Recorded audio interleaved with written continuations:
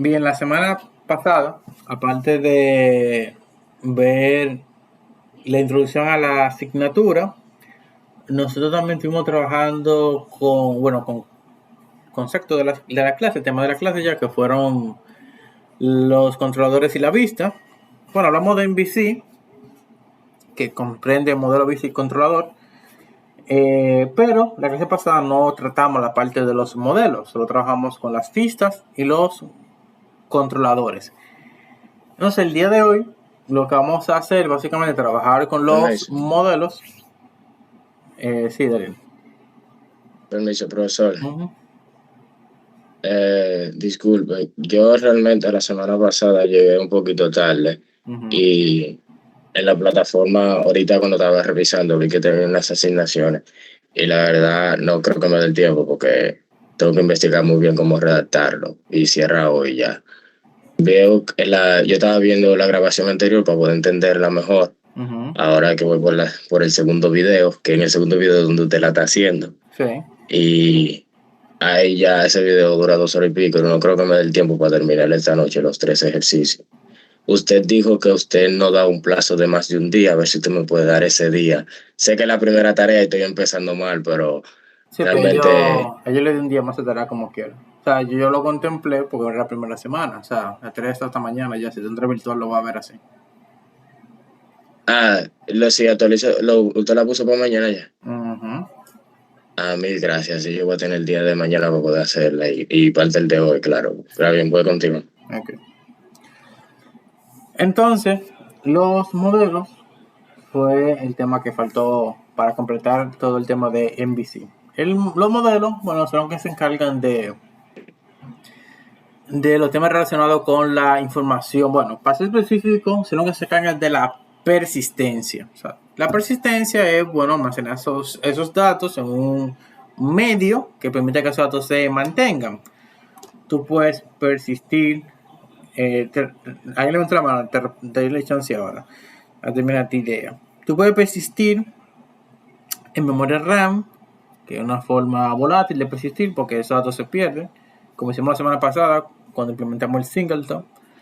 Tú puedes persistir en archivos, tú puedes persistir en bases de datos relacionales y en bases de datos no relacionales. Hay muchos mecanismos para tú persistir. Los modelos, su funcionalidad es esa, persistir esa información y poder manejar todo ese tema de la persistencia. Lo ideal es que esos modelos no estén asociados directamente con el mecanismo que tú utilizas para persistir.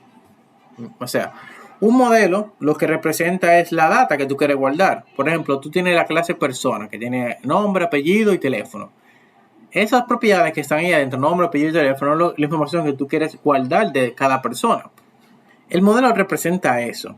Ahora, tú tienes muchos mecanismos para persistir esa información. Entonces, los modelos siempre tienen que estar lo más desacoplados, idealmente totalmente desacoplados del mecanismo que tú utilizas para persistir. Nosotros inicialmente vamos a utilizar bases de datos relacionales porque un mecanismo bastante común dentro del mundo del desarrollo. Sí, la gente tiene la mano levantada ahora.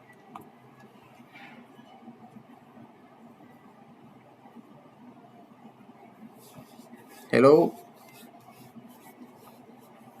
Bueno, voy a continuar. Entonces, decimos que para la persistencia, lo más común es utilizar bases de datos relacionales. Pero, ¿qué sucede?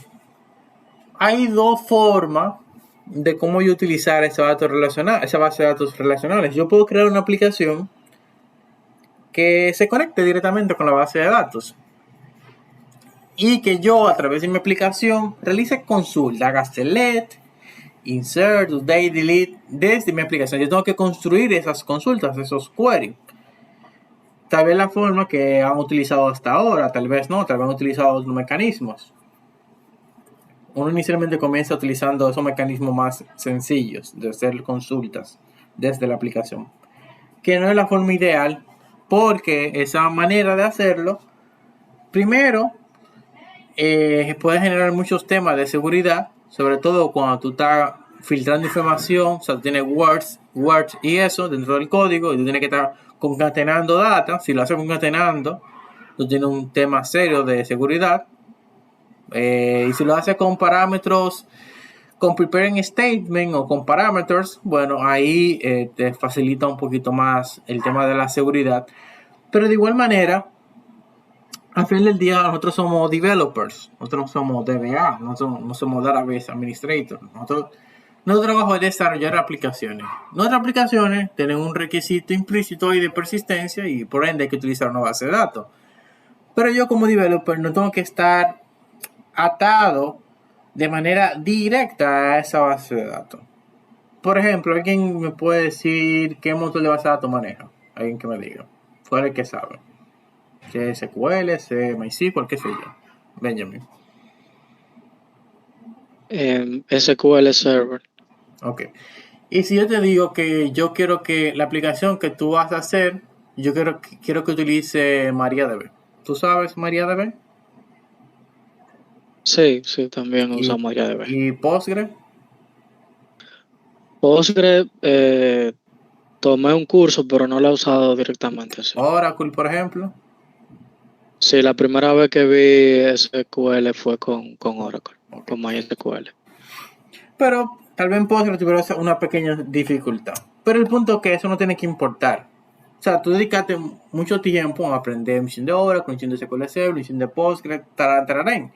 Pero no debe de ser el escenario. O sea, como developer. O sea, viéndolo desde el punto de vista de un developer. Desde el punto de vista de un DBA son otras cosas. Desde el del developer no debe ser el caso.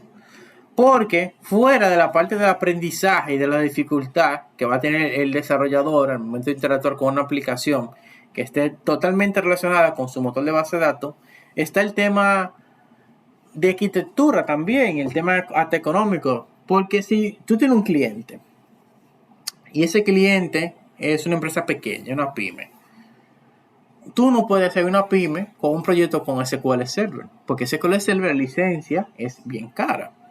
Tú tienes que ir a una pyme con un proyecto hecho en MariaDB. Y tú haces tu proyecto en MariaDB. Pero de repente te llama una empresa grande que le interesa tu proyecto. Esa empresa grande te va a decir, no, yo no quiero MariaDB, yo tengo mi SQL Server, yo quiero que tú pongas la base de datos de ese sistema dentro de mi servidor de base de datos. Entonces ahí tú tienes un problema.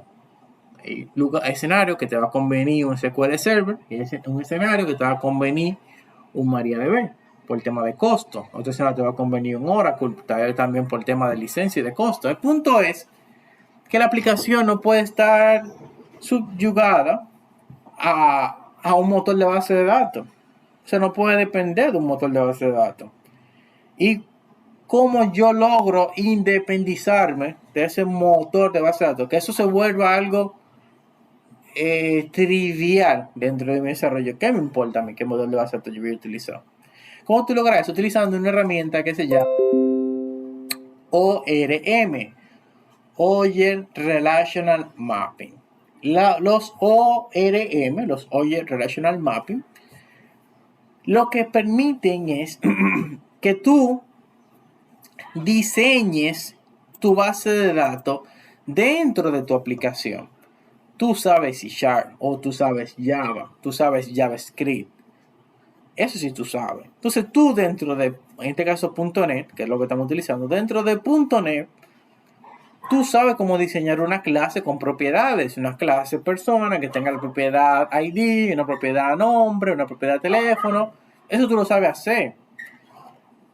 Tú no necesariamente vas a saber hacer eso en 300 motores de base de datos, pero en C# sí.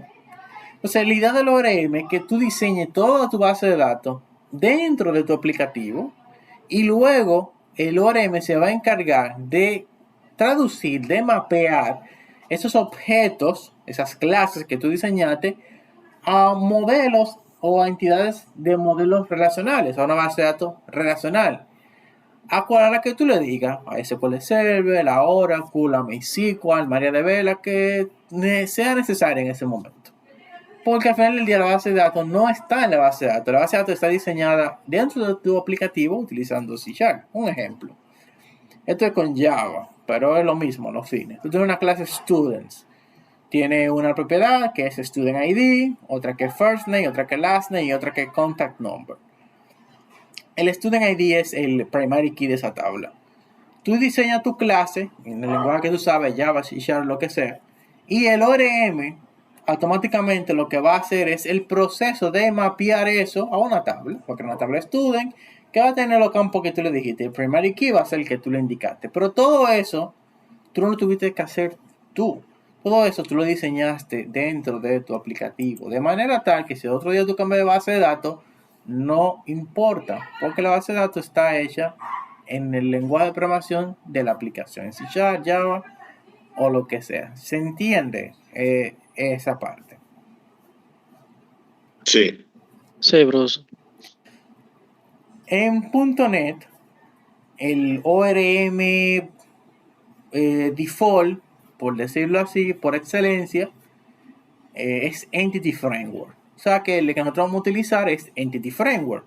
Entity Framework es el ORM que Microsoft le da soporte. Cada vez que sale una versión nueva de .NET, hay una versión nueva de Entity Framework, porque va evolucionando con la plataforma y por eso da ciertas ventajas trabajar con Entity Framework. Casi todo el mundo trabaja con Entity Framework.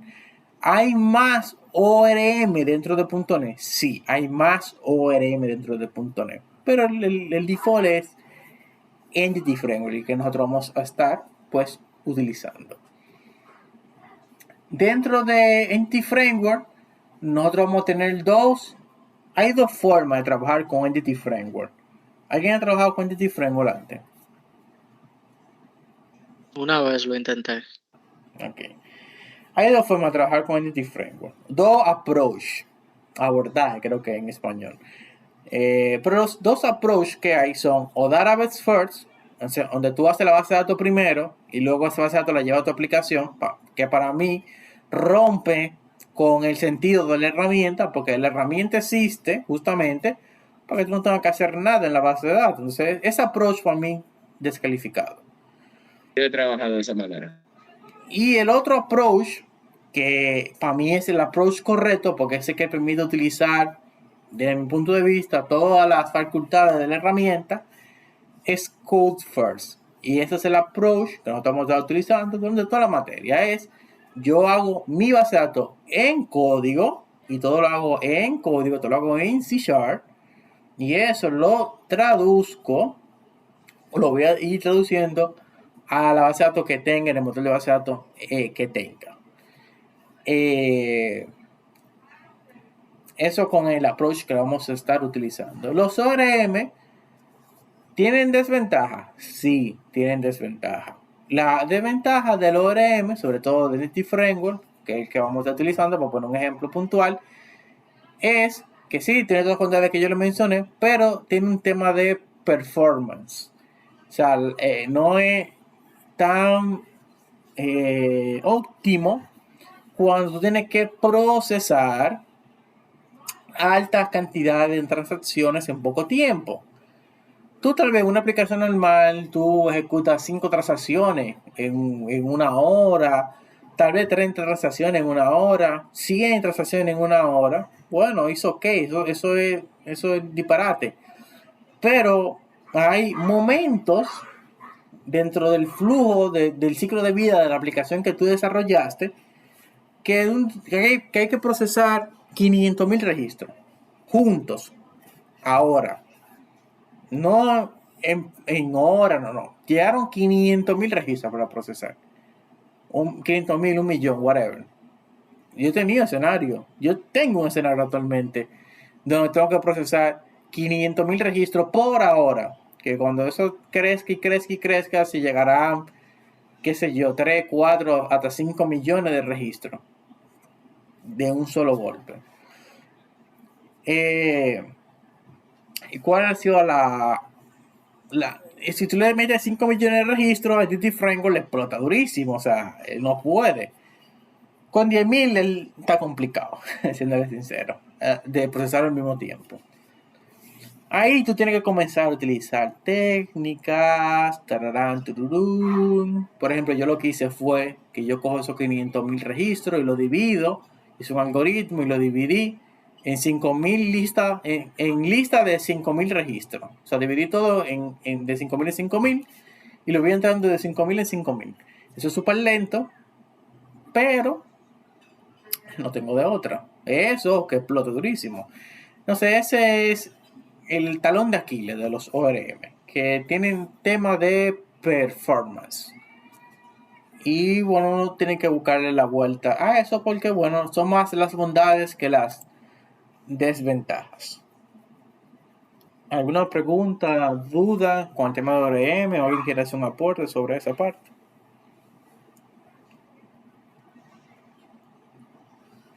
Bien.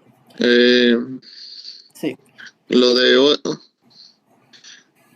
¿Lo de qué? Explícame un poco de nuevo lo de ORM.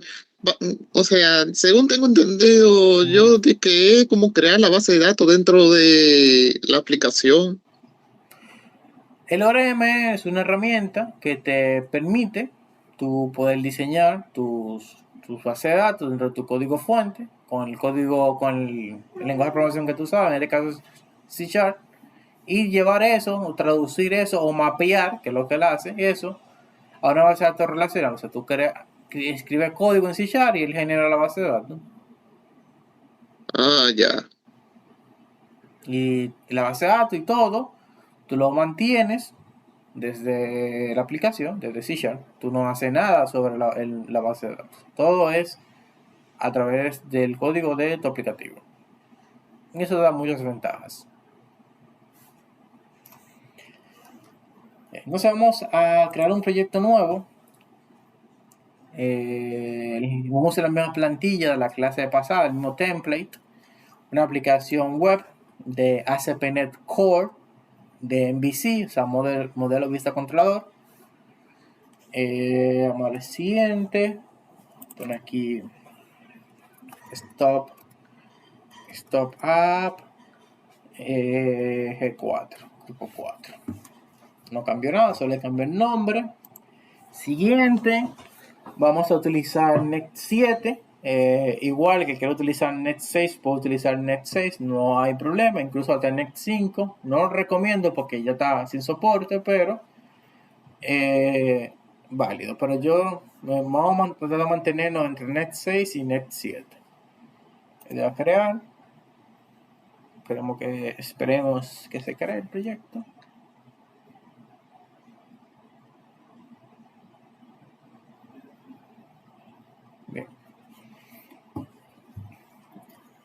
Bien. Ok. Entonces, tenemos la estructura normal de un proyecto MVC.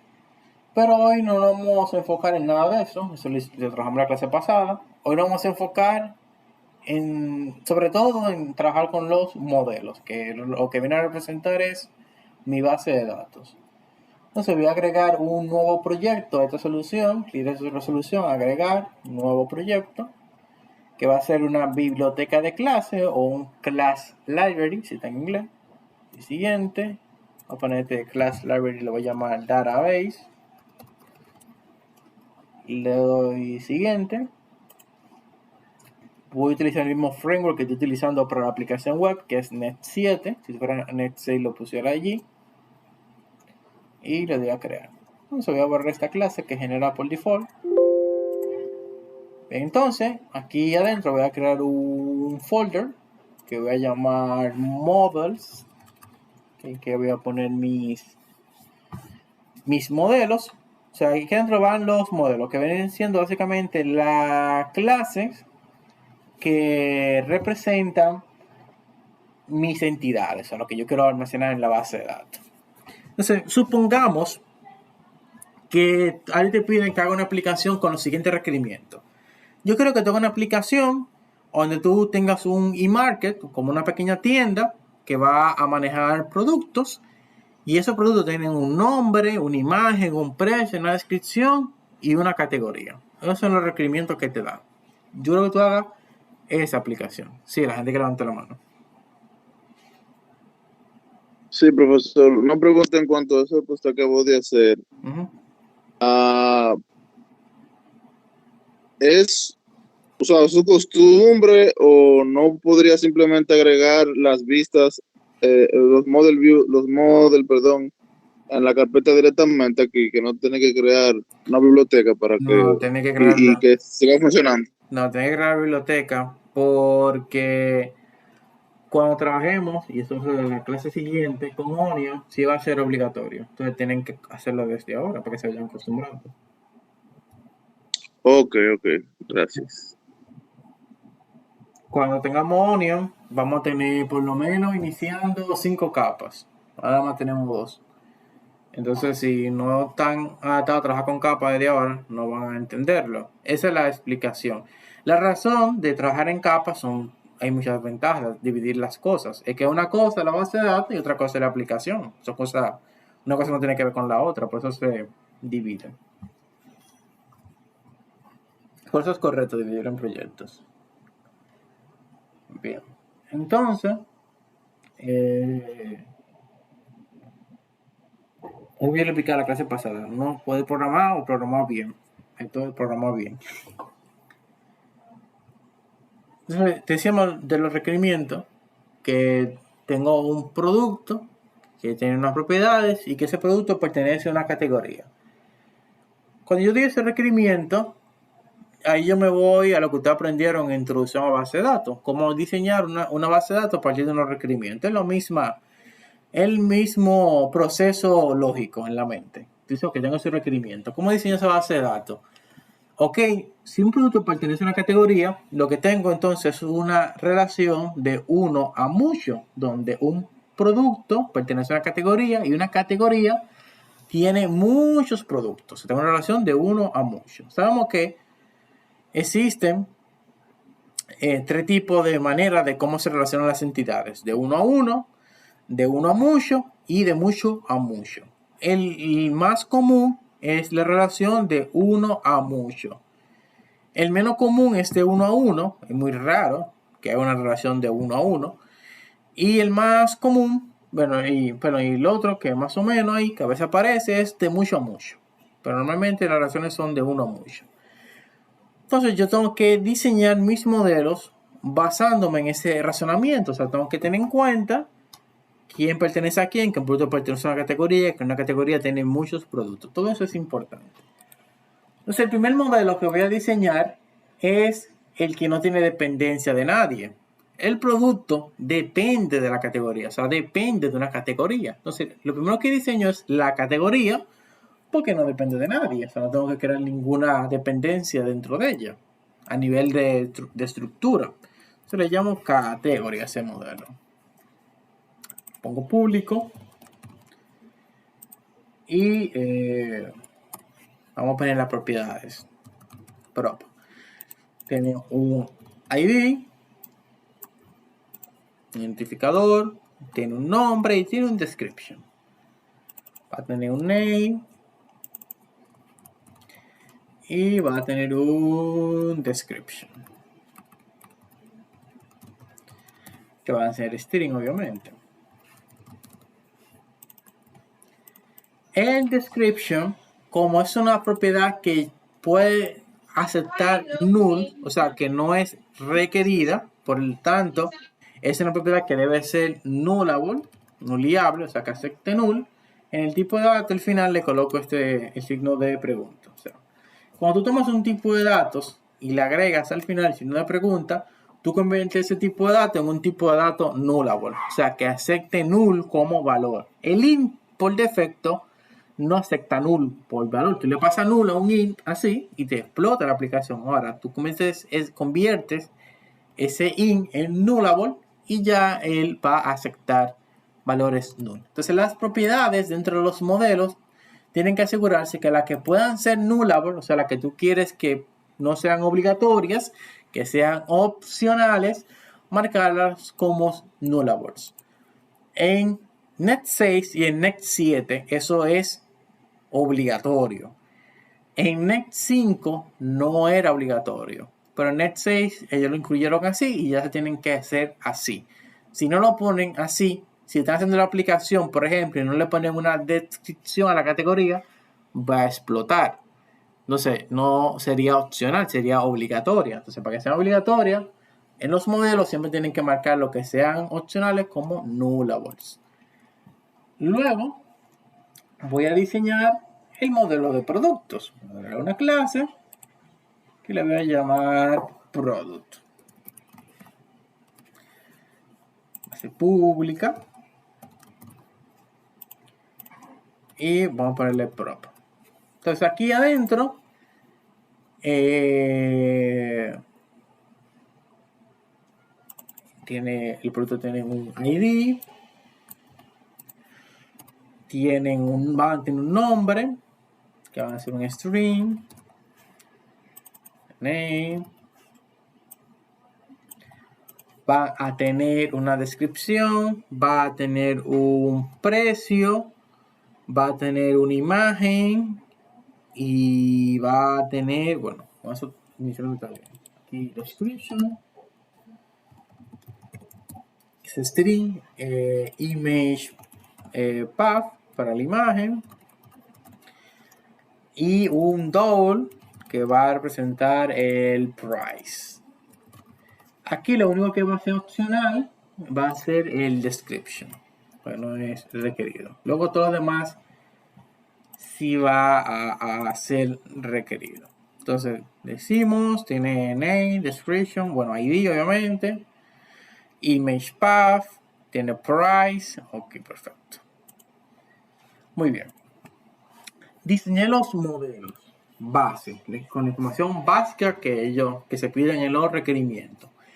Pero ¿qué sucede? Ahora yo tengo que modelar dentro de estas clases la relación entre esos dos modelos, entre categoría y producto. Y es una pregunta lo que voy a hacer ahora. En base de datos, bien ser lo que estoy haciendo ahora en código, a nivel de base de datos, cuando tú tienes una relación de uno a mucho, cuando tú dices un producto pertenece a una categoría, yo hago esa relación en base de datos? ¿Cómo se hace?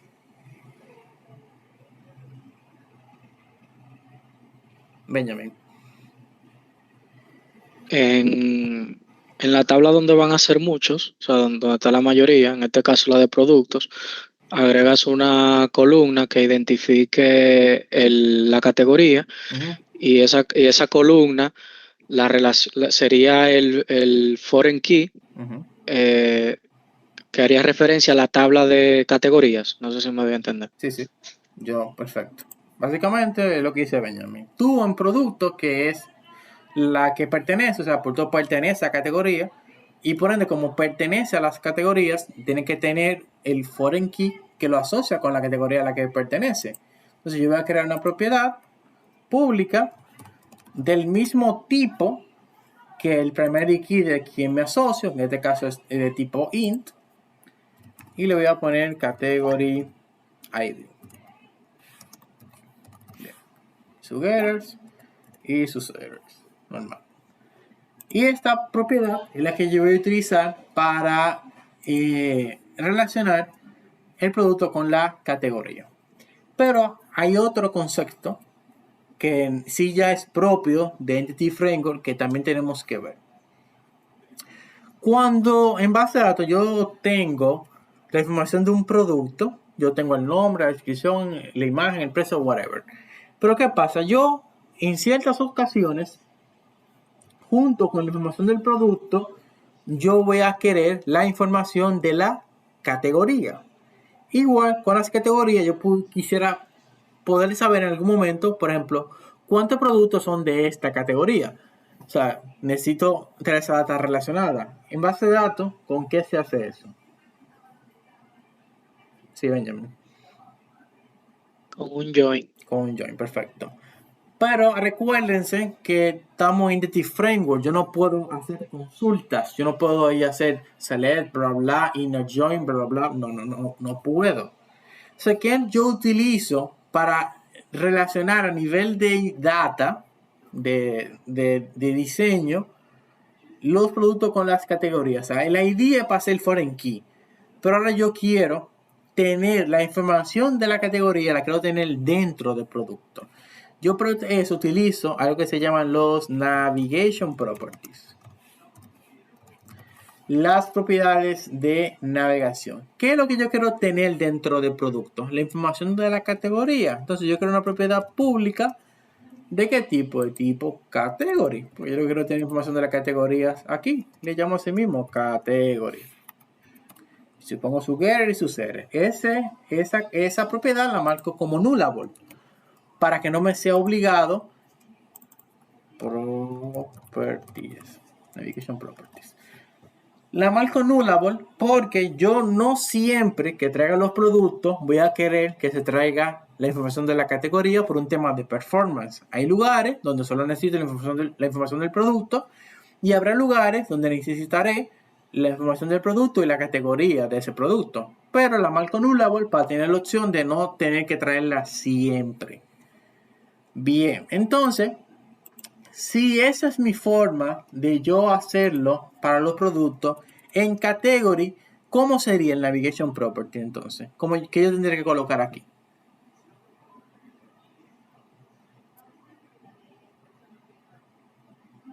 Benjamin. Un product object. No. La categoría, ¿cuántos productos tiene? Una categoría, ¿cuántos productos puede tener? Muchos. ¿Y qué sería entonces?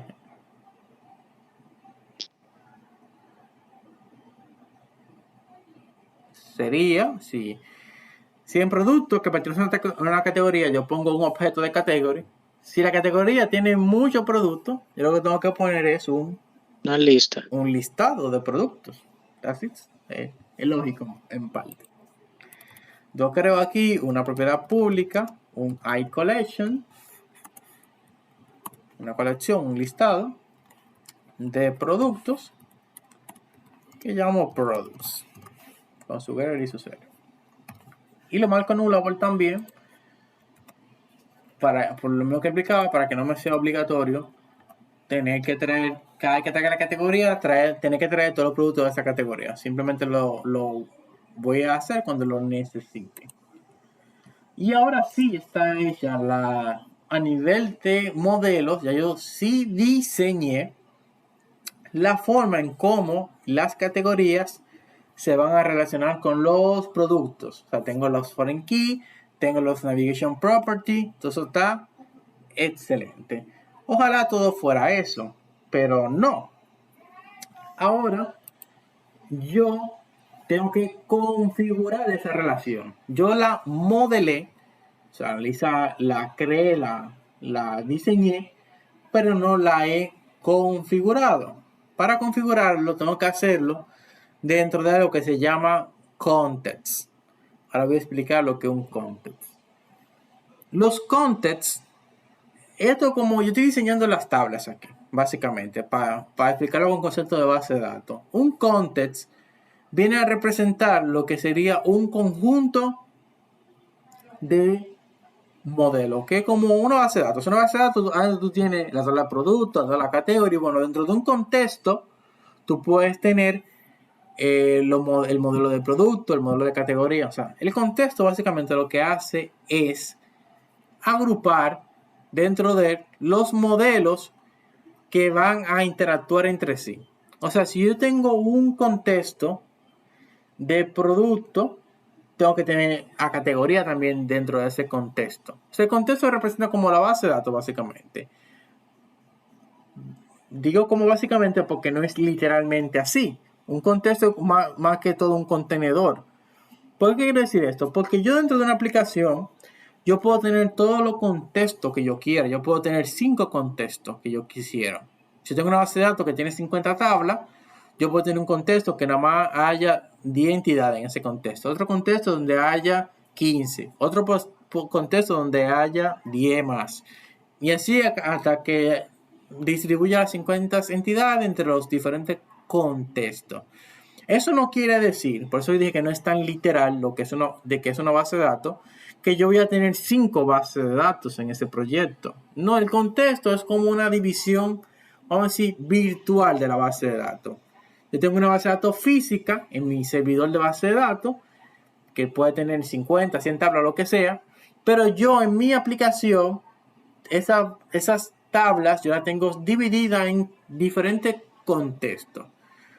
Yo puedo en el contexto 1 tener la tabla persona y en el contexto 2 volver a tener la tabla persona si lo necesito. Y va a ser la misma información. Lo único que yo tengo dos ventajas al yo dividir las entidades en contextos. Sí, Jairo. No, yo iba a decir que que si los contextos, sí, según yo, eran como tablas, pero al decir que no son, que son como más una subdivisión de la base de datos. Exactamente. Es una subdivisión lógica. Esa subdivisión solo está en tu código fuente, pero la base de datos no está así. Está en la tabla normal, como tú siempre has trabajado con ella. Entiendo. Gracias. Es un contenedor de tablas. El context es un contenedor de tablas. Un contenedor que tú metes tablas ahí adentro, la que tú quieras que estén en ese contexto. Esa es la forma como más sencilla de entenderlo. ¿Por qué se hace así? ¿Por qué tomarse no la dificultad, sino la molestia de hacerlo así? Porque si tú tienes un contexto y en ese contexto tú tienes la tabla persona y teléfono, que son dos entidades que interactúan entre sí y por eso están en el mismo contexto. Y tú tienes una tabla producto que no tiene nada que ver con persona y teléfono. Todo eso está en tu misma base de datos, pero no trabaja sobre el mismo contexto de la aplicación. Están en contextos diferentes. Una cosa son las personas y otra cosa son los productos. En fin, tú tienes un contexto para los productos y un contexto para las personas y los teléfonos. Si yo estoy en una persona nueva, yo la creo cada 5 horas o cada hora hay 5 transacciones de personas. O sea, ese contexto no va a tener mucha carga porque esas entidades que están ahí adentro no se transaccionan con mucha frecuencia, 5 o 10 veces en una hora. Pero más sin embargo, en este ejemplo que estoy poniendo, lo del producto sí tiene muchas transacciones porque el producto cada hora se actualizan 1000 productos. Hay un proceso que están actualizando productos constantemente. Si yo meto todo dentro de un mismo contexto, las personas que están creando o actualizando una persona van a tener la aplicación lenta. Y ellos no van a entender por qué está lenta la aplicación.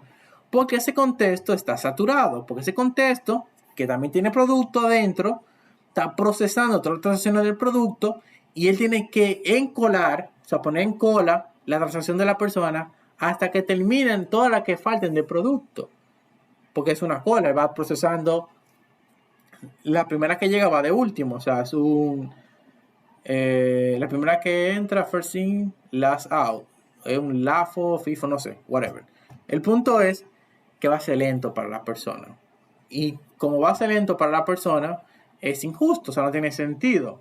Entonces, tú normalmente lo que tratas de hacer es colocar en el contexto, en ese contenedor, las entidades que tú sabes que necesitan trabajar en conjunto, persona y teléfono, y la que no, hace un contexto aparte. No es normal, o sea, no es que, si todas las aplicaciones tienen 5 o 10 contextos. Normalmente una aplicación suele tener entre 1 y 3 contextos. Uno para las tablas normales de la aplicación, uno para las tablas que tienen que ver con seguridad y puede que aparezca uno para tal vez un tema de auditoría. Y normalmente esos son los 3 tipos de contextos que tú sueles tener dentro de una aplicación. Entonces, para crear un contexto, yo agrego un folder aquí en mi proyecto de database. Le llamo context, en plural porque puedo tener más de uno. Y agrego una clase que voy a llamar application context. Lo pone como yo quiero, pero normalmente le suelo poner application context. Gente que le ponen app context, eso no está mal. Mientras tenga context en el nombre de la clase, es ok. Default context, como tú quieras. Eso no va a afectar. Bien, entonces, dentro de mi application context, lo pongo público. Hasta este punto, yo no he utilizado nada de Entity Framework Core. O sea, yo no he usado nada de Entity Framework. Todo lo que yo he hecho es crear una clase con propiedades, diseñar una interacciones que esa clase van a tener por la relación que tienen y crear otra clase. Ahora sí necesito comenzar a utilizar los paquetes de Entity Framework, pero para poder utilizarlo tengo que instalarlo primero. Por eso, en el proyecto de database, le doy clic derecho sobre el proyecto, le doy administrar paquetes de NuGet. En inglés, Manage NuGet Packets. Entonces, ¿cuáles paquetes necesito instalar en mi proyecto de database para poder trabajar con Entity Framework Core? El primer paquete que necesito instalar es el que se llama Microsoft.Entity Framework Core, que en mi caso yo voy a instalar la última versión de 7 porque estoy utilizando Next 7. Si estuviera utilizando Next 6, instalaría la última versión de Next 6 que haya de ese paquete, en este caso la 6.22. Y si estuviera utilizando Next 5, instalaría profesor, dígame. ¿puede retroceder un chingo? ¿Cómo te llegó ahí? Que no lo vi. Para descargarlo ahora mismo. Tú le das sobre el proyecto, clic derecho, le das a administrar paquetes de NuGet o Manage NuGet Package y ahí te manda esta pantalla. Okay. Entonces, aquí, como decía, dependiendo de qué versión de Next de .NET estoy trabajando, instalo la última versión de esa versión de .NET. En este caso, como yo estoy trabajando con 7, instalo la última de 7, que es la 7.011. Instalo ese paquete, Entity Framework Core. Instalé sin querer, instalé que no era, pero este también lo iba a instalar, pero vamos a instalar este. Instalé ese de SQL Server. Lo iba a dejar de último porque iba a explicar algo con ese, pero lo voy a tener que hacer ahora ya.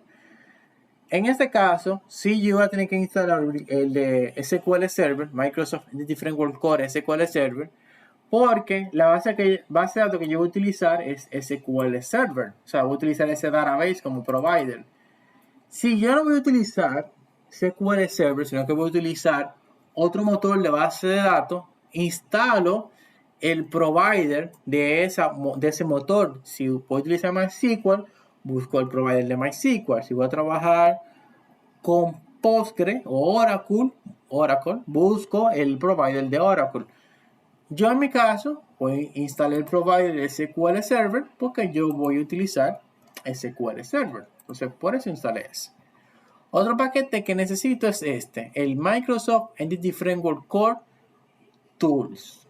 Los tools que son lo que van a permitir poder correr los comandos de Codes First. O sea, igual está la última versión de 7.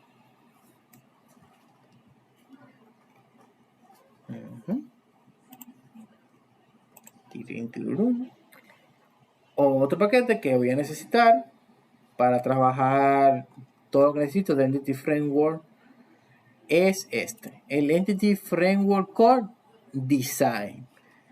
Entonces instalo la última versión del Design.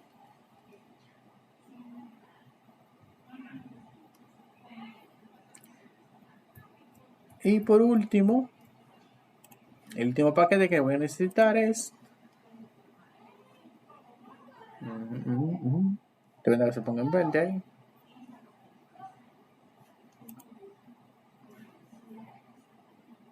¿Se instaló?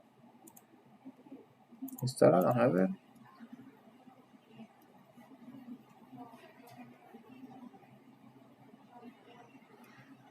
Sí se instaló el design, así que es ok.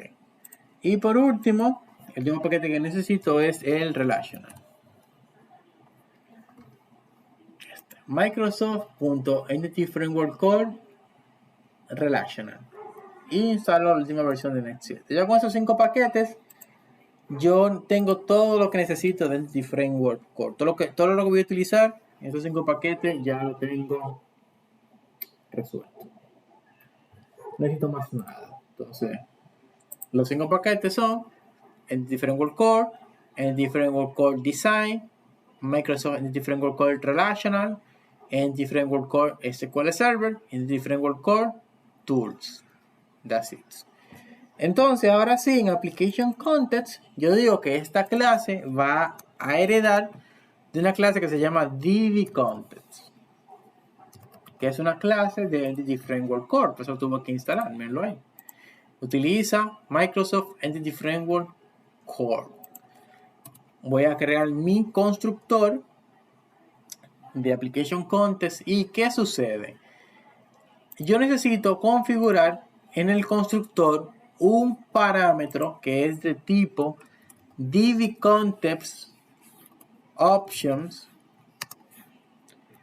que va a ser del mismo tipo de Application Context que estoy trabajando, en este caso Application Context, y le voy a llamar Options a ese parámetro, y ese parámetro se lo voy a pasar a mi clase padre a través del uso de base.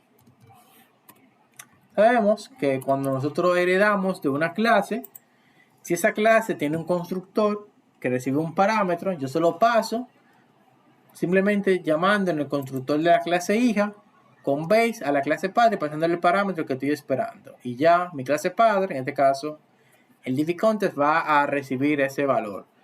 En Java funciona exactamente igual, lo único que en vez de utilizar base para referirme a mi clase padre, en este caso el DB-Context, yo utilizaría super, que super hace referencia a la clase padre. Entonces los DB-Context yo siempre tengo que configurar ese parámetro de opciones, que es a través del cual yo configuro la conexión a la base de datos, que eso lo hago en otro lugar. Entonces, ya con mi contexto creado, yo necesito decirle a este contexto cuáles son los modelos con los que él va a trabajar. Por eso yo le dije que él es un contenedor de modelos. Entonces, para yo decirle cuáles modelos son los que él va a estar manipulando, yo creo una propiedad pública de tipo dbset, y yo le especifico que esto va a ser un dbset de producto. Voy a manejar la entidad producto y le voy a llamar products a eso, y va a tener su getter y su setter. Y voy a crear otro dbset para mi entidad de category, que se va a llamar categories. Es normal que el dbset tú lo coloques en el mismo nombre de la entidad, pluralizado. Product, products. Category, categories. Bien. En un entorno convencional, ya eso estaría, este contexto estaría ready, ya habríamos terminado y pasaríamos al siguiente paso. Pero, como esto es el ITLA, y yo siempre soy un tanto quisquilloso, con mis razones, claro, no porque me ganaría mente, hay un paso que tenemos que hacer. Miren qué pasa. A mí no me gusta dejar la decisión de generarme la base de datos totalmente a Entity Framework, porque Entity Framework para mí es medio estúpido. Entonces, si yo dejo que él lo haga, él va a hacer lo que le dé su gana, según lo que yo haya modelado. Si yo modelé bien los modelos, pues la propiedad de bien y todo nice, él posiblemente lo haga bien, pero no posiblemente lo haga como yo necesito, de manera muy cerrada que él lo haga. Entonces yo, para asegurarme que él lo haga bien, yo lo que voy a hacer es que es el proceso de él crear esos modelos en la base de datos. Él tiene un método que él ejecuta para hacer eso. Yo lo voy a codificar yo. O sea, yo voy a programar la forma en que yo quiero que él modele esos modelos en la base de datos. Pero para yo modificar ese comportamiento del DB-Context, yo tengo que sobreescribir esa funcionalidad. Entonces, ese método es protected. O sea, tiene ese scope.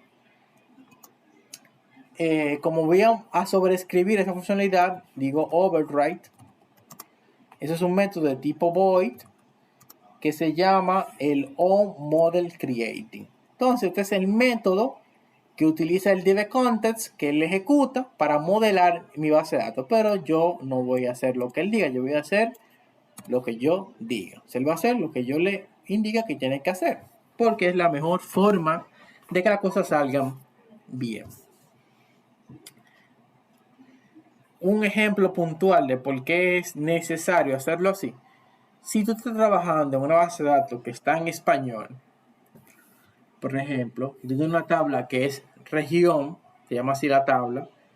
Si tú dejas que Entity Framework cree el todo de manera por default, cuando él cree esa tabla en la base de datos se va a llamar regions. O sea, él le va a poner una S al final. Porque él, por defecto, pluraliza los nombres de los modelos cuando crea las tablas. Y sabemos que región en español no se pluraliza con una S al final, sino que sería regiones, el plural de esa palabra. Entonces, por eso tú no puedes dejar que Entity Framework modele la base de datos como a él le parezca. Y tú tienes que decirle de manera puntual y específica cómo él lo va a hacer. Por eso hay que sobreescribir el onModel create.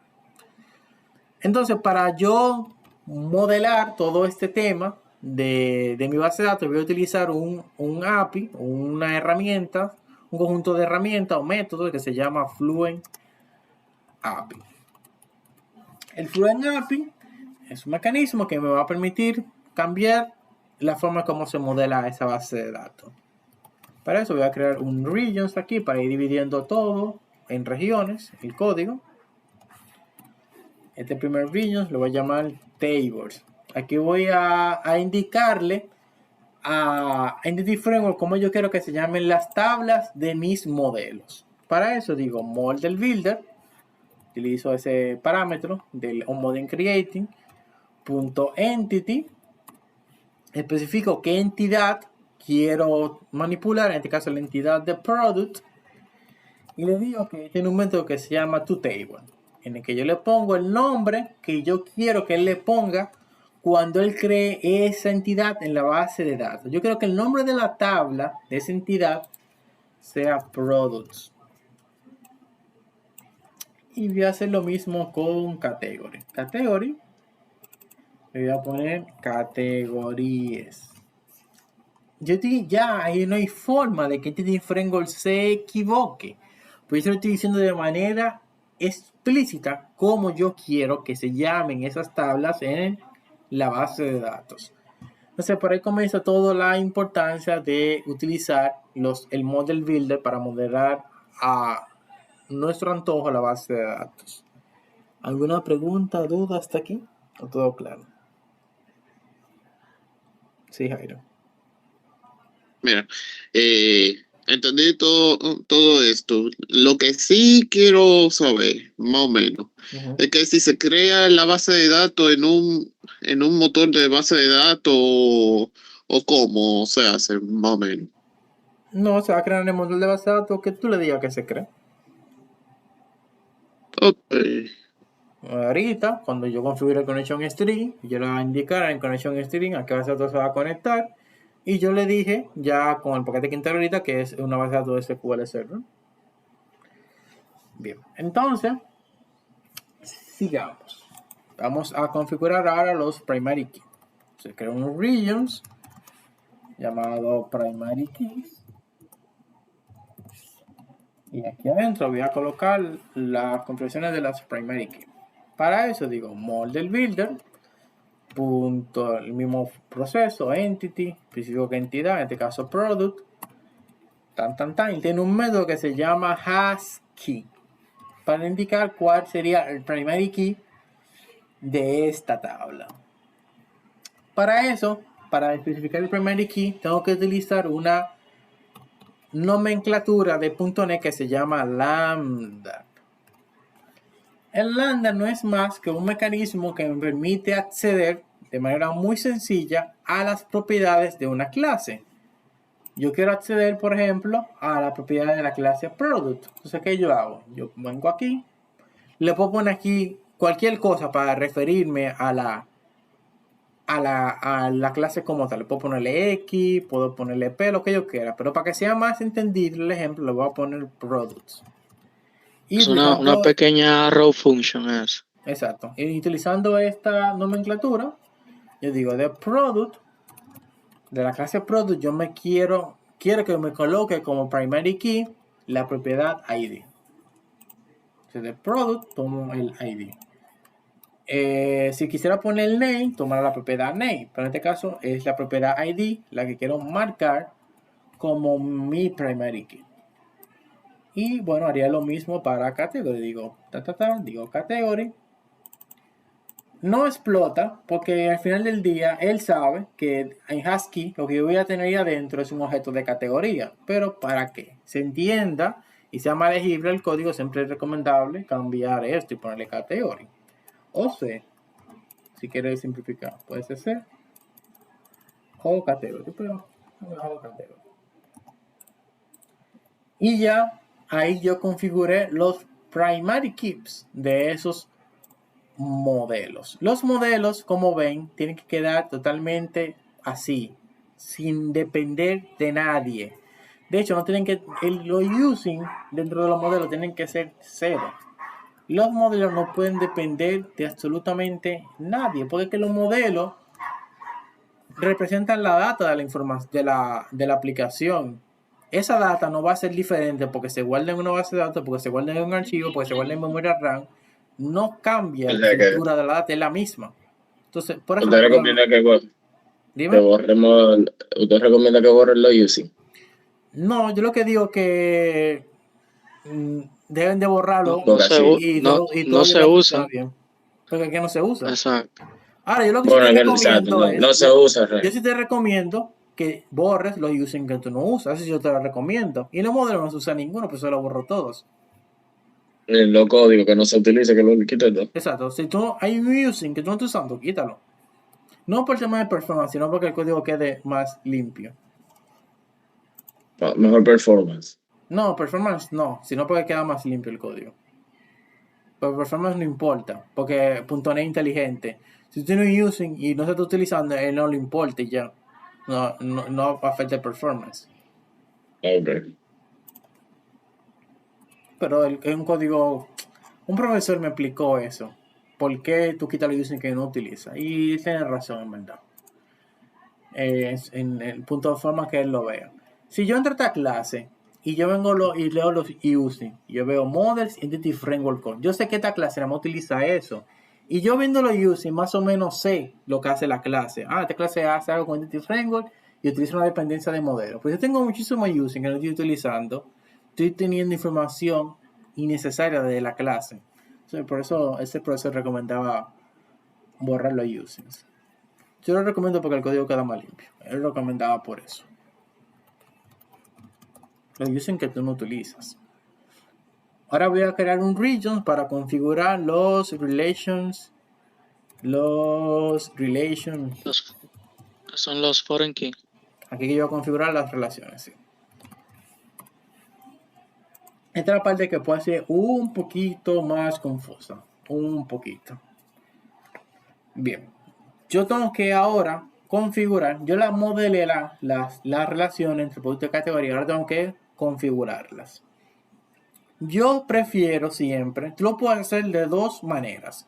O tú configuras la relación iniciando de producto, diciendo un producto pertenece a una categoría y una categoría tiene muchos productos. Tú puedes hacerlo de esa manera o tú puedes hacerlo de la siguiente manera, diciendo una categoría tiene muchos productos y un producto pertenece a una categoría. O sea, tú decides por dónde tú quieres comenzar a modelar esa relación.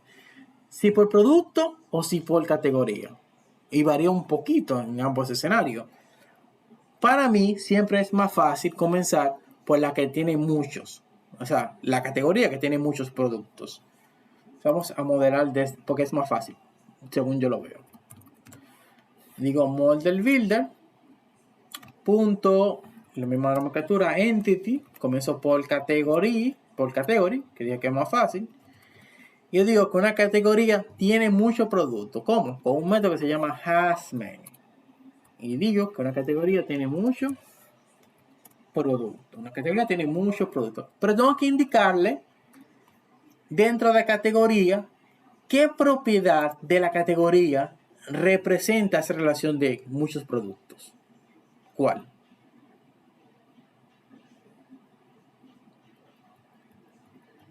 El ID. No. En categorías. El ID. En categorías. En Y categoría. representa la propiedad de la relación con productos.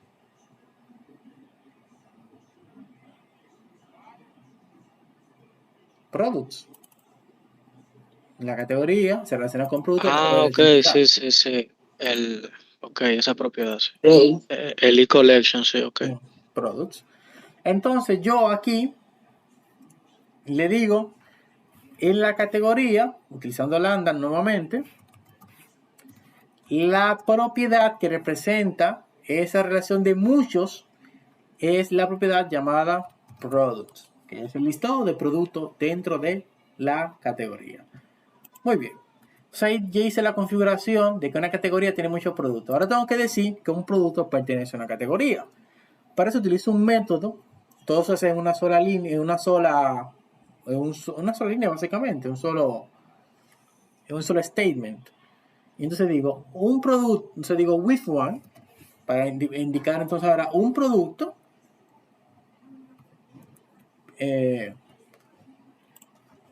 pertenece a una categoría. Digo with one, entonces aquí digo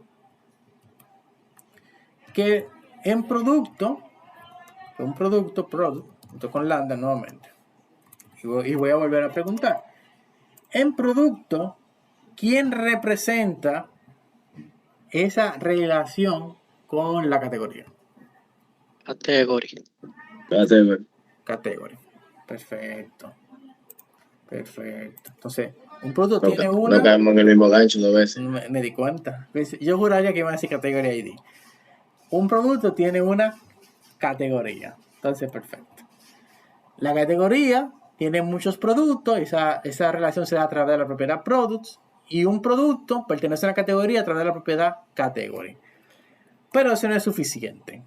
No es suficiente. Falta todavía una cosita que Entity necesita saber.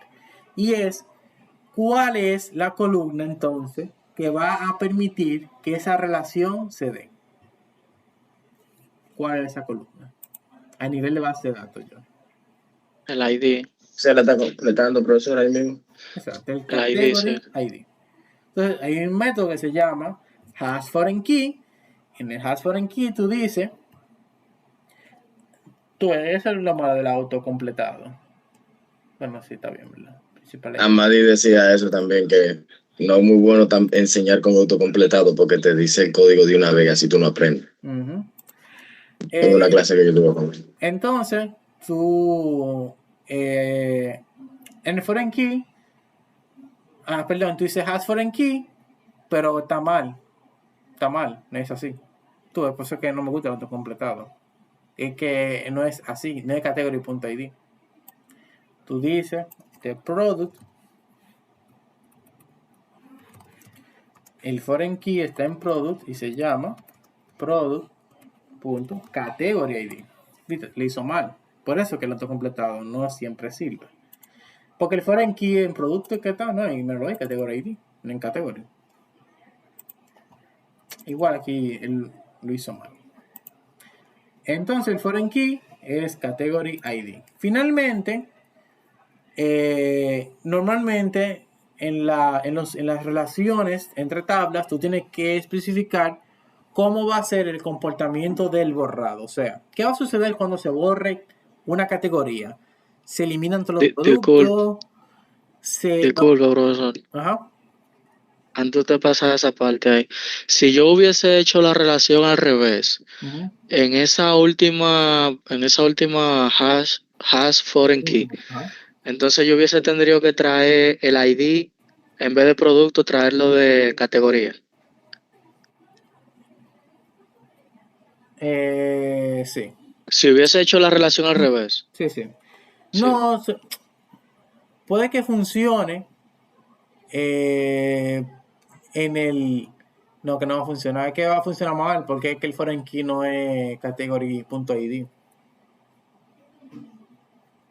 Ok. Lo hubiera hecho mal, o sea, porque lo hubiera marcado como foreign key esa propiedad, y esa propiedad no es un foreign key, esa propiedad es un primary key. ¿Entiendes? Oh, eso no puedo usar entonces. No. Ok. Está bien. Por eso, no sé por qué lo puse así. Parece que sabemos que esto no es perfecto, Él intuyó que era así, pero no era así. Es que sería un error eso. Bien, entonces, en el onDelete, yo especifico cómo yo quiero que sea el comportamiento del borrado. Aquí yo utilizo algo que se llama delete behaviors y yo digo que va a ser en cascada. De manera que cuando se borra una categoría, se van a borrar todos los productos que pertenecen a esa categoría. Tú puedes utilizar otros behaviors, como por ejemplo set null, de manera que si yo borro una categoría, todos los productos que pertenecen a esta categoría se van a marcar como null ese valor y no van a tener categoría, van a ser huérfanos de categoría. Pero yo siempre prefiero en cascada. Me gusta tener objetos huérfanos por ahí, a menos que los requerimientos lo pidan. Y ahí, esa es la relación. Una categoría tiene muchos productos, eso se atraviesa a través de la propiedad product de category. Un producto tiene una categoría, a través de la propiedad category. El foreign key, que para atravesar esa relación es categoría ID, que está en producto. Y el behaviors va a ser un borrado en cascada. ¿Preguntas, dudas sobre esto? ¿Se entendió?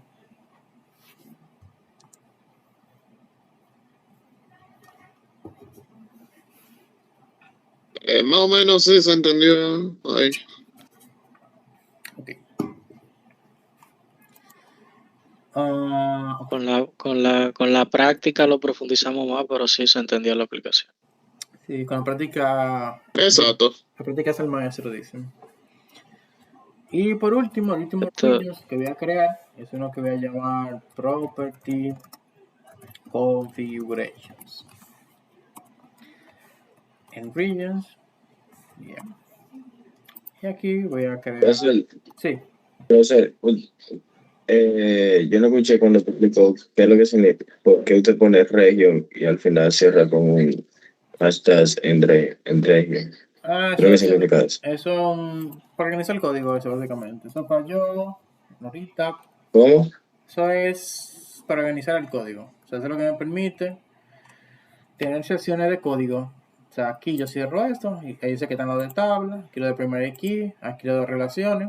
Si yo quiero trabajar con la parte de la tabla, trabajo con la parte de la tabla. Si yo trabajo con los primary key, trabajo con los primary key. Es simplemente un organizador. Ok. Pensé que eso tenía alguna funcionalidad, pero también. No. Por eso como que no lo expliqué, porque es opcional. Yo lo hago así porque en esta parte esto puede crecer mucho y tener muchos códigos y tenemos muchas entidades. Entonces, como lo mejor es tenerlo dividido en regiones para que sea más fácil. Cuando tenga que trabajar con algo, yo voy específicamente a eso que quiero cambiar. A esa región y la abro y la veo. Bueno, ya.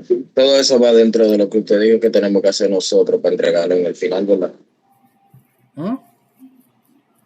Todo eso va dentro de lo que tenemos que hacer nosotros para entregarlo en el final. La clase que usted dijo que cada clase te la vaya agregando y agregando. Pero, o sea, este ejemplo es mi ejemplo mío. Ustedes harán otras cosas.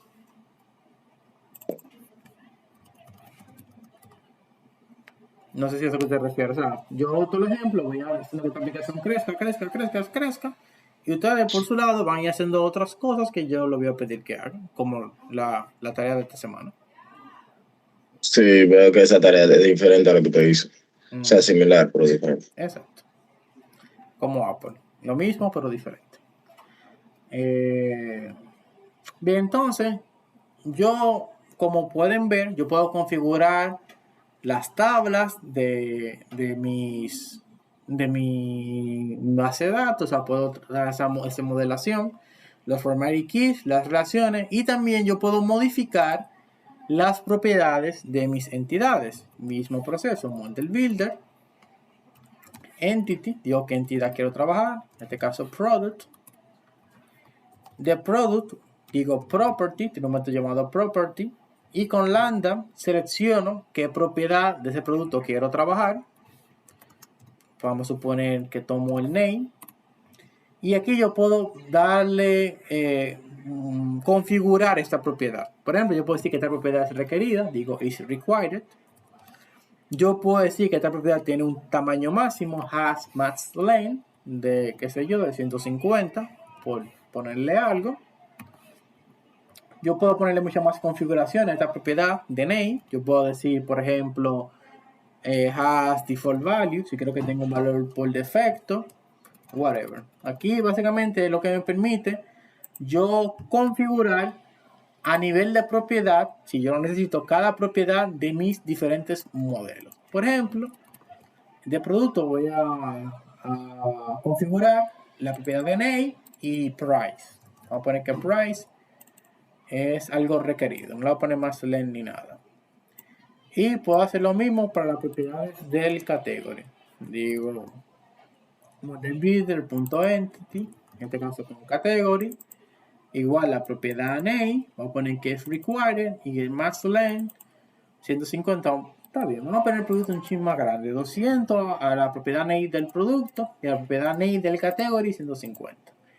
Y así puedo ir modelando cada propiedad de mis diferentes modelos, creando las configuraciones que necesite.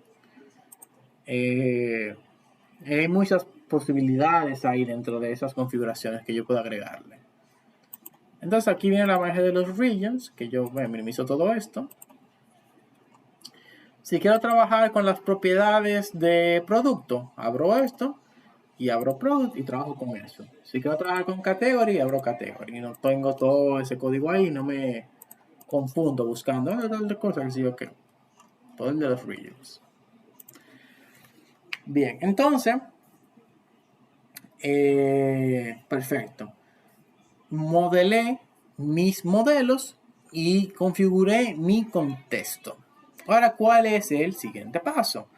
El siguiente paso es crear la conexión con mi base de datos. Ese sería el siguiente paso.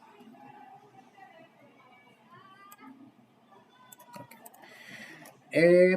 Para eso, ustedes en el pasado seguro ya conocen este concepto de connection streams. O sea, tengo que crear ahora una cadena de conexión donde yo configure todos los datos necesarios para conectarme a mi base de datos. ¿Dónde se coloca esa configuración? Bueno, dentro de mi aplicación web hay un archivo que se llama add settings, que ahí es donde yo coloco los settings, las configuraciones de mi aplicativo. Y el connection string es una configuración de mi aplicativo. Por eso, dentro de este add setting, que es un JSON, yo voy a colocar una propiedad que voy a llamar connection strings, así como tal cual como está ahí, porque eso le va a facilitar la vida luego cuando en la clase program necesiten conseguir esa información de ese connection string. Tienen que ponerlo like this: la C mayúscula, connection, la S mayúscula, strings y en plural al final. Entonces, dentro de esa propiedad, de ese JSON, voy a crear una propiedad y aquí le puedo poner el nombre que usted quiera a la propiedad. Le puedo poner a db, como usted quiera. Yo le suelo poner default connection a la conexión principal. Y aquí, entonces, a esta propiedad le voy a asignar como valor el connection string. Para configurar un connection string, lo primero que tengo que poner es el nombre del servidor. Digo server igual. Voy a mi base de datos SQL Server. Aquí le doy al servidor properties. Copio el nombre del servidor. Lo pego. Punto y coma para ir separando los valores dentro del connection string. Siguiente paso, el nombre de la base de datos, database. Igual, vamos a ponerle, qué sé yo, stop app G4, de grupo 4. Punto y coma. Como me voy a conectar de manera local con mi base de datos utilizando el usuario de mi equipo, no tengo que poner user ID y password, sino que lo voy a hacer utilizando una conexión confiada. Se llama así. Si no voy a utilizar usuario y password, le digo entonces trusted connection igual a true.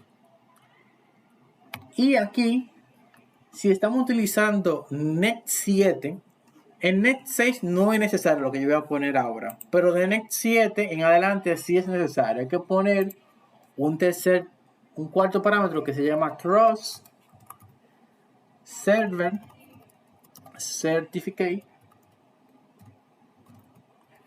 igual a true. En Net 6 no es necesario, pero de Net 7 en adelante sí es necesario. Si no lo ponen, le va a fallar.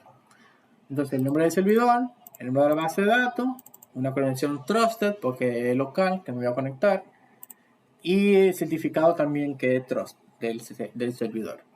Y por último, siempre recomiendan por estándar colocar este que es multiple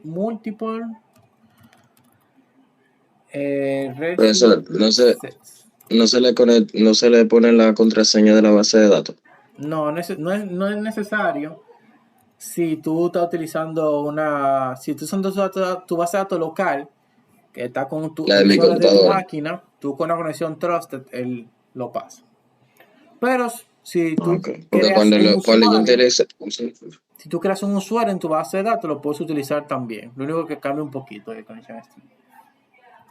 yeah. Pero lo pregunto porque cuando he utilizado ese tipo de conexión, siempre me piden que ponga la contraseña. Sí, porque te estás conectando a un servidor que no está en tu máquina o está configurado con otro usuario. Exacto. Pudiera ser. O está usando contraseña. También. Sabía que me faltaba algo. Multiple Active Resource Sets. Este tema de propiedad es opcional. Yo la pongo porque lo recomienda que la pongan por si algún día se alinean todos los planetas del sistema solar y tú necesitas utilizar ese tipo de cosas. Eso es básicamente que tú puedas ejecutar una consulta que devuelva más de un set de resultados. Eso es súper extraño. Yo nunca lo he hecho y tengo 10 años trabajando.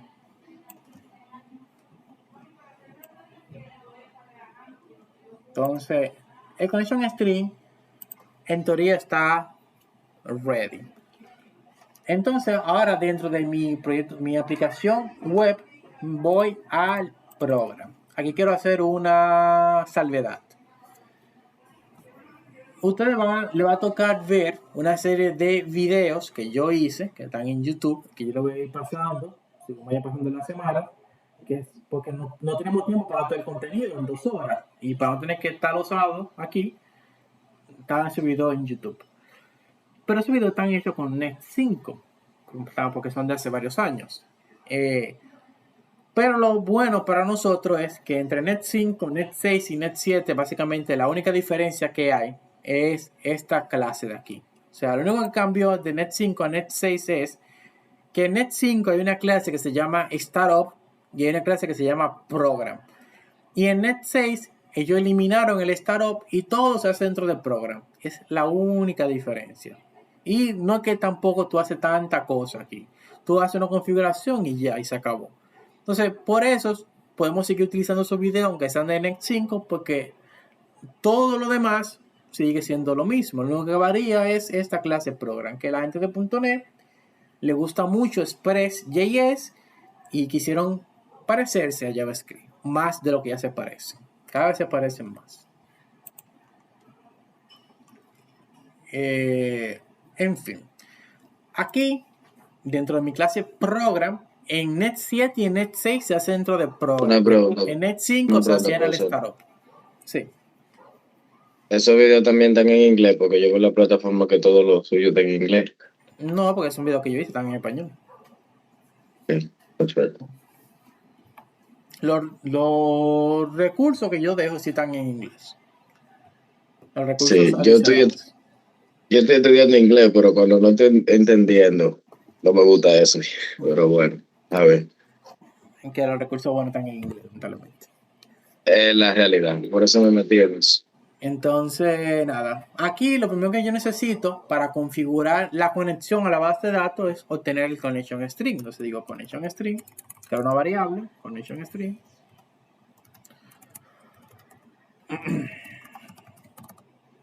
y digo que esto va a ser igual. ¿Cómo obtengo esa conexión string que está en mi add setting de The Program utilizando el builder? Digo builder.configuration y es un método que se llama getConnectionString. Ese método solo le va a funcionar si en el connection string lo configuraron así, como yo le dije, con ese mismo nombre. Porque este método es una forma corta de hacer eso que dice ahí. Lo normal sería que tú tienes que hacer de que getSection, connection string y luego entre brackets el nombre del connection string. Esa es la forma, si tú no lo haces como ellos dicen que lo pongas. Si tú lo pones bien, el nombre en la setting, nomás dice get connection string y pones el nombre del connection string que tú quieres. En este caso, default connection. That's it. Y ya ahí tengo el connection string. Muy bien, ahora necesito decirle a la aplicación cuál contexto yo quiero conectar con esta base de datos que está en este connection string. Pero los contextos y los modelos están en el proyecto de database y esta configuración la tengo que hacer en el web application. Entonces voy al web application dependencies y agrego como referencia del proyecto, como dependency project, a database. O sea, agrego como una dependencia database dentro del proyecto web, como hicimos en la clase pasada con application. Entonces ya lo que voy a hacer ahora es configurar desde mi aplicación web mi contexto que tiene mis modelos, tiene product category, para que se conecte con mi base de datos de SQL Server. Para eso digo builder.service.addDBContext, especifico el DB context que quiero conectar a la base de datos, en este caso application context, que está en database context. Eso tiene unas opciones que es el DB context options que configuramos aquí en el application context, esto que está aquí. Y aquí yo digo con lambda nuevamente open o options como ustedes quieran y digo options punto y aquí le digo qué base de datos yo voy a utilizar. En este caso le digo que voy a utilizar SQL Server, use SQL Server y le especifico cuál es el connection string para conectarse a SQL Server. Sencillo, agrego un contexto a mi aplicación, que en este caso application context. Le digo que ese context se va a conectar a una base de datos SQL Server y que lo que va a utilizar para conectarse es este connection string que está acá, que es el que yo configure aquí. Y ya la aplicación está conectada con la base de datos. ¿Preguntas, dudas hasta aquí?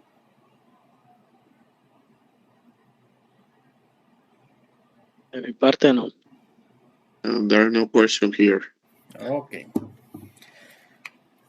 Ahora, lo único que nos falta es, porque sí, mucho código, mucho C#, mucho .NET, pero no hay nada en la base de datos.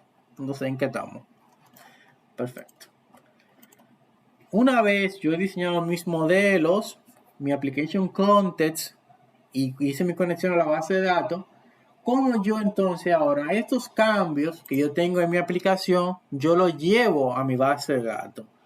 Miren, entre la aplicación y la base de datos hay un estado intermedio que Entity Framework crea, que se llaman las migraciones. ¿Qué sucede? Antes de yo pasar un cambio de mi aplicación a la base de datos, .NET necesita saber cuáles cambios están en mi aplicación que no están en mi base de datos. O sea, él tiene que hacer esa comprobación y generar ese código que va a ser la diferencia entre mi aplicación y lo que está en mi base de datos. Cada vez que tú haces un cambio en tu aplicación, imagínate que tú le agregas una columna nueva al modelo de producto, tú tienes que crear una migración para que luego a través de esa migración se apliquen los cambios a la base de datos. Sin migración no se aplican los cambios en la base de datos. Para .NET, para Entity Framework, aplicar los cambios de tu aplicación en la base de datos, tiene que haber un migration con ese cambio. Si no, no va a aplicarse nada. La ventaja es que tú tienes un control de todos los cambios que se han hecho en tu aplicación, porque cada vez que tengas un cambio, tú vas a tener un migration. Y por ejemplo, si Jairo hace una aplicación con Codes First y tiene todo su migration ahí y le pasa esa aplicación a Benjamin no tiene que crear la base de datos ni nada. El único que tiene que hacer es correr el comando que corre todos los migration y ya va a tener la base de datos en su máquina. No hay que joder con script, que pase el script de la base de datos, no. Porque todo está en la aplicación. Todos los cambios de la base de datos se guardan en la aplicación, en los migrations. Okay. Pero eso yo lo veo, un ejemplo, eso yo lo creo. Si yo se lo comparto a usted, cuando usted lo hace, eso se queda en mi cuando yo lo actualizo, se guarda en mi base de datos, solo se guarda en la aplicación y usted lo puede ver y cualquier persona, whatever. La estructura sí, la data no. La estructura lo puede ver cualquiera, la base de datos no. Exacto. La data, ya, si tú insertaste un producto aguacate, que sé yo qué, eso lo ves tú en tu máquina nada más. Pero la estructura de que tiene este campo, eso se comparte. Ya, eso sí se comparte al cliente. No, o sea, al otro desarrollador que tú le pasa el proyecto. Exacto, bueno, sí. Ok. De manera que si tú estás hablando con 2 personas más y hacen cambio en la base de datos, esas personas suben sus migrations y tú en tu máquina para tener esos cambios los corres a sus migrations. Y ya lo tendrías. No tendrías que pásame el script ahora del cambio. No. Ok, eso es un ejemplo que tengamos un proyecto en común con otro programador. Exacto, para así avanzar. Bien, entonces, ¿cómo yo creo los migrations? Bueno, en .NET, en Visual Studio, arriba en la barra de herramientas, tú buscas la opción de herramientas, en inglés Tools, y luego tú buscas la opción que se llama Manage NuGet Package, en español, administrador de paquetes de NuGet, y luego tú vas a la consola de administrador de paquetes, y te va a abrir esta consolita que está aquí, muy bonita. Entonces, como tú quieres generar migrations, sabemos que todo lo de la base de datos está en el proyecto de database. Entonces pongo el proyecto de database como proyecto predeterminado aquí en la consola. Y ejecuto un comando que se llama add migration. Tengo que pasarle como parámetro a ese comando el nombre de la migración. En este caso lo voy a poner initial migration porque es la primera. Siempre la primera migración yo le pongo initial migration porque es la primera. O first migration, como usted quiera. Luego de ahí, los nombres de la migración tienen que ser en base a lo que tú estás cambiando. Si tú le agregaste una columna nueva a la entidad de producto, el migration debe llamarse algo como add column email in product entity. Así de explícito deben de ser los migration. Porque tú necesitas saber. Esos son como commit de Git. Más o menos, sí. Pero, o sea, son nombres de clase, básicamente. Pero después eso va así todo junto. Pero sí es como un commit. La lógica es como un commit. Porque el punto es que tú veas el migration y tú sepas lo que está haciendo en ese migration sin tener que entrar a leer el código del migration. Que tú veas el nombre, ok, esto tal cosa. En este caso, este va a ser el initial migration. Si está todo bien, debería de funcionar. Si no funciona, es culpa de Jairo y no, se acaba la clase por ahí. Hay que echar la culpa y no voy a hacer yo. Explotó durísimo. Ya, se acabó la clase, no, mentira. Es un disparate. Lo que pasa es... Yo pensaba que no lo iba a hacer. Lo que pasa es que hay un paquete de D Framework que yo tengo que instalarlo obligatoriamente en la aplicación web, que es el paquete de design. Si no lo instalo ahí, pasa eso. Entonces voy al proyecto, administrar el paquete de NuGet, design. Entonces que no iba a tener que hacerlo porque ya está en database, pero no, él no coge eso. Dice, si no está ahí, no voy a hacer nada. Ok, está bien. toma su paquete. Si usted quiere tener un paquete de más, tenga su paquete de más, porque ¿qué se va a hacer? ¿Feliz? Ok, gracias. Vuelvo a mi consolita, escribo el comando.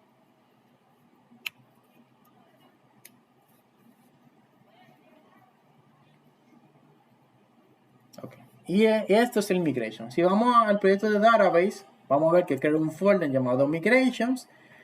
Él crea esta clase y aquí adentro él te muestra todo lo que él va a llevar a la base de datos cuando tú corras este migration. Como es el primero, dice, mira, yo voy a crear una tabla llamada category que va a tener la columna ID, que va a ser primary key, que va a ser un identity, que va a incrementar de uno en uno.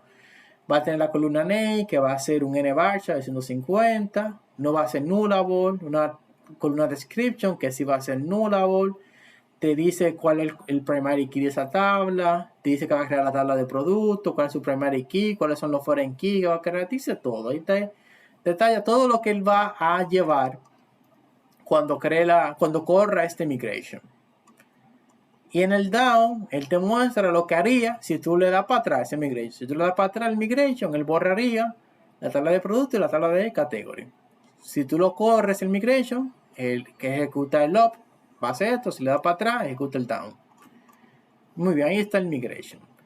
Como ahora mismo en mi base de datos no hay nada, no hay un database G4, nada. ¿Por qué? Porque yo no he corrido el migration. Yo lo generé, pero yo no lo corrí. Para yo correr el migration, tengo que utilizar otro comando que es update database. El update database lo que va a hacer es correr todos los migrations que tú no hayas corrido hasta el momento. En este caso solo hay uno. Si está todo bien, debe de funcionar. O sea, con la conexión a la base de datos de ellos.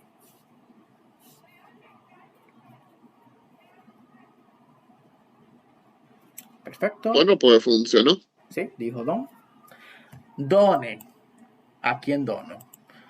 Entonces, doy refresh. Miren ahí mi base de datos que la creó. No tuve que hacerlo yo. No tuve que poner la mano a SQL Server. Pero nada, SQL Server es para perro. Eso no es para gente. Entonces, no tuve que poner la mano a eso. No me diga eso, profesor, que consiguió trabajo. No diga eso en voz Sí. alta. Lamentablemente, como analista, Esta como clase analista, somos developer. Después Vicente, yo trabajo como analista y eso es lo que más toco. Bueno, qué triste. Marino Vicente Gil se ofende. Después, profesor, él tiene una fanaticada con esa base de datos, mire. Yo estudié con Marino en la universidad. Sí. No sea pobre, señores. Bueno, al menos ya no es necesario de que conectar la base de datos de una computadora a otra y vaina es Y para como distribuir ven, los programas y eso. como ven, aquí están las columnas que yo le dije, ID, primary key, el nombre, la descripción, aquí están los productos, ID, están los foreign keys, eso está ya para usarse, para comenzar a crear vaina. Nítido. Eso está mejor que si hubiésemos ido nosotros mismos a hacerlo de ese lado. Y lo bueno que aún yo la creé para insertar data, para actualizarla, para borrarla. Tampoco voy a tener que poner la mano, porque todo eso lo voy a hacer con Entity Framework. O sea, absolutamente la base de datos la mata ahí para que esté, porque tiene que estar, para que guarde data. Para que guarde los datos. Exacto. Pero incluso a nivel de código se crea más rápido, por lo que veo. La base de datos para perro. Digo, lo siento. Más o menos. Ahí. Lo bueno es que ya no es necesario de que hice con dos programas, de que estar atento a uno, de que estar atento a otro. Exacto, no, y por lo menos te estoy dando desarrollo para salir de esa categoría. Okay. Exacto. Bien, entonces, obviamente ya estamos un poco pasando de tiempo. Vamos a la plataforma para ver lo de esta semana. Yo dije que falta contenido hoy. Ese contenido está en la plataforma, miren. Lo que le falta, y bueno, el contenido que falta, son 3. Si vamos a la plataforma en la semana 2, que es esta, Models y MVC CRUD, ahora mismo explicamos toda la parte del modelo, que sería básicamente la introducción a Entity Framework. En la plataforma, en la sección de recursos de apoyo, hay una sección que dice videos. Siempre va a haber una sección que diga videos. Esos son los videos que yo hice, que están en español. Este primer video no tienen que verlo, porque es lo que yo les expliqué hoy. Además está con Net 5 y ustedes no van a usar Net 5, van a utilizar 6 o 7. Entonces este video no tienen que verlo. Igual yo voy a subir el video de esta clase. Cualquier cosa que quieren revisar otra vez, ven el video de la clase y ya. Pero el video que sí tienen que ver es este, porque sin este video no vamos a poder comenzar a trabajar en el mini proyecto. Este video dura 2 horas. En este video yo explico cómo hacer un mantenimiento, o sea, cómo hacer un CRUD completo, o sea, cómo coger una entidad y hacerle un create, un edit, un create, un update, un delete y un list. O sea, listarlo, crearlo, editarlo y borrarlo. Entonces este video tienen que vérselo porque van a estar construyendo mantenimiento para el mini proyecto que van a estar realizando durante las próximas 2 semanas. Entonces este video se lo tienen que ver. Se lo pueden ver mañana, tranquilito, el sábado, con chévere. Pero tienen que ver completo, lo tienen que ver completo. Este video yo utilizo Net 5, pero, hoy repito, no cambia nada, solo cambia el program y el startup. O sea que le va a servir perfectamente bien con Net 6 o Net 7. Por suerte para mí, ¿verdad? Porque no tengo que estar grabando su video todos los cuatrimestres, porque .NET cambia la versión a cada rato. Bien, aparte de ese video, que también lo voy a poner en Teams, están los códigos de ejemplo de la aplicación que yo construyo en ese video. Y está en las 3 versiones de .NET. Está el ejemplo en Net 5, el ejemplo en Net 6 y el ejemplo en Net 7. Para que tengan la referencia de los 3. El de Net 6 y Net 7 es lo mismo. Lo único que yo hice fue actualizar los paquetes. Ve que nada se rompió. Hizo ok. No se rompe nada. Es lo mismo. Bien, aparte de ese video que tienen que verse, hay otros recursos que yo dejo que son opcionales por si lo que yo le expliqué no le es suficiente y necesita otra fuente de referencia. Tiene una sesión con videos y artículos de ORM, Entity Framework y todo eso, con Codes First y todo. Tienen también un video que habla sobre LinkQ. Eso de video lo puede ayudar, video es corto, dura como media hora, pero puede ser de gran ayuda para trabajar con la aplicación que van a tener que hacer. Y tienen unos videos también de otros CRUD, de otra persona haciendo CRUD también, haciendo mantenimientos completos. Pero el video mío, este que está aquí, yo creo que es bastante explicativo, o sea que no creo que necesitan una fuente adicional para eso, pero yo lo dejo ahí por si acaso, si usted a mí no me entiende. El preview de la semana que lo voy a habilitar ahora una vez termine la clase. Sabemos que es sobre lo que yo expliqué en la clase, o sea que un preview sencillo, nada del otro mundo, vale un punto. Y el mini proyecto que van a estar trabajando dentro de las próximas 2 semanas. Esto no es para la semana que viene. Esto es para el otro jueves de arriba, el jueves 28. Tienen 2 semanas para hacerlo, no 1, 2. Es individual, claro está, es individual y es para 2 semanas. Esto lo va a hacer solo, tranquilito, y tiene 2 semanas para eso. Vamos a ver de qué trata esto. Solo tranquilito, no va a durar como 10. Dime. Solo tranquilito, yo no va a durar más de 10 horas haciéndolo. Ok. Son 8 páginas de requerimiento y el proyecto se llama ITLA TV Plus. Ustedes van a hacer una especie de mini Netflix, mini Disney Plus, whatever. Es una plataforma de streaming de video. Twitch, whatever. Puede ser también. Aunque no con streaming tal cual. Algo más sencillo, obviamente. Una simulación, en parte. Entonces van a crear una app de streaming de video, bueno, de serie, debería de ser verdad, usando ASP.NET Core en MVC 6 o 7. Vamos a ver las funcionalidades generales del sistema. En el home, en la pantalla inicial del sistema, vamos a tener un menú con las siguientes opciones. Una opción para ir al home. Una opción con el nombre de serie, o sea, la opción del menú se va a llamar series y me va a llevar a un mantenimiento de series. Una opción en el menú con el nombre de productora, como así más o menos como está aquí, uno aquí está con Pokémones, pero es lo mismo. En vez de aquí decir regiones, diría productora. Y aquí en vez de decir tipos de Pokémon, diría géneros. Entonces, una opción en el menú también con el nombre de géneros que va a llevar al mantenimiento de géneros. Los géneros son si es comedia, acción, suspenso. La productora es quien produce la serie. Si la produce Netflix, Sony, HBO y así. Entonces, en la pantalla de Home, aparte de ese menú que va a estar en toda la pantalla como quiera, vamos a tener un listado en el Home de todas las series que hay creadas en el sistema. De las series se debe demostrar el nombre de la serie, la imagen de portada de la serie, los géneros a los que pertenece esa serie, porque una serie puede pertenecer a dos géneros, a uno o dos. Tiene un género primario y un género secundario. El secundario es opcional, pero el primario es obligatorio. O sea, puede ser acción comedia o acción solo. Entonces tiene que mostrarse los géneros a los que pertenece esa serie, la productora a la cual pertenece, o sea, quién fue que creó esa serie, y debajo de esa información de esa serie que se está visualizando, también debe haber un botón que va a permitir ir al detalle de esa serie específica que estamos seleccionando. Al hacer clic sobre el botón de detalle, se debe enviar al usuario una pantalla nueva donde visualizará el título de la serie en la parte de arriba de la pantalla.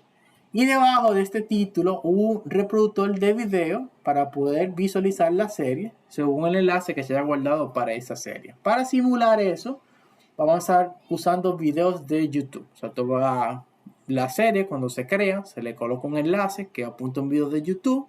Cuando yo vaya al detalle de esa serie, yo quiero ver el video de YouTube que está asociado a esa serie dentro de su sistema. Aparte, volviendo al home, esa era la pantalla de detalle, volviendo al home, seguimos entonces. Aparte del listado de series que hay en el home, debemos tener la posibilidad de realizar los siguientes filtros o búsquedas.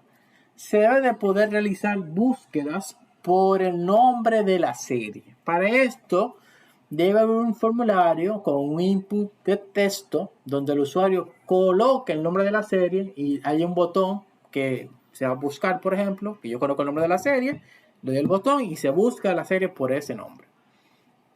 Esa es la búsqueda. Por otra parte, se debe tener un formulario para poder filtrar. Hay filtros y búsqueda. ¿Por qué vamos a filtrar la serie? Por las productoras. Para esto, debe de haber un listado con todas las productoras que hay creadas en el sistema. De manera que podamos seleccionar unas de ellas y al pulsar sobre un botón de filtrar se muestre solo las series de esa productora que yo seleccioné.